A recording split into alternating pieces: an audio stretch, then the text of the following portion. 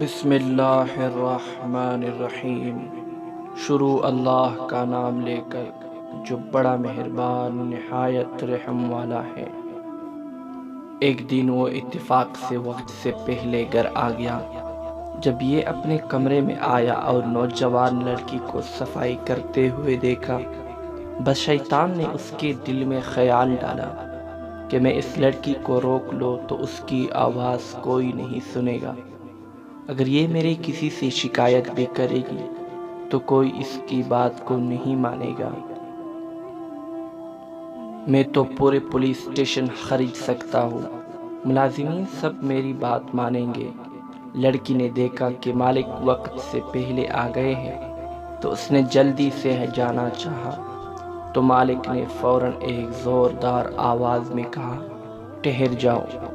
وہ مالک کے تیور دیکھ کر گھبرا گئی۔ مالک نے کہا، سب کھڑکیاں دروازے بند کر کے۔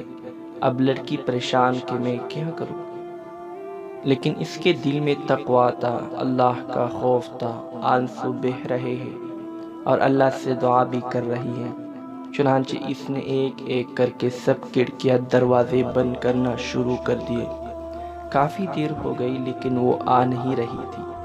مالک نے ڈانٹ کر کہا، کتنی دیر ہو گئی، اب تک دروازے کھڑکیاں بند نہیں کی اور میرے پاس نہیں آئی؟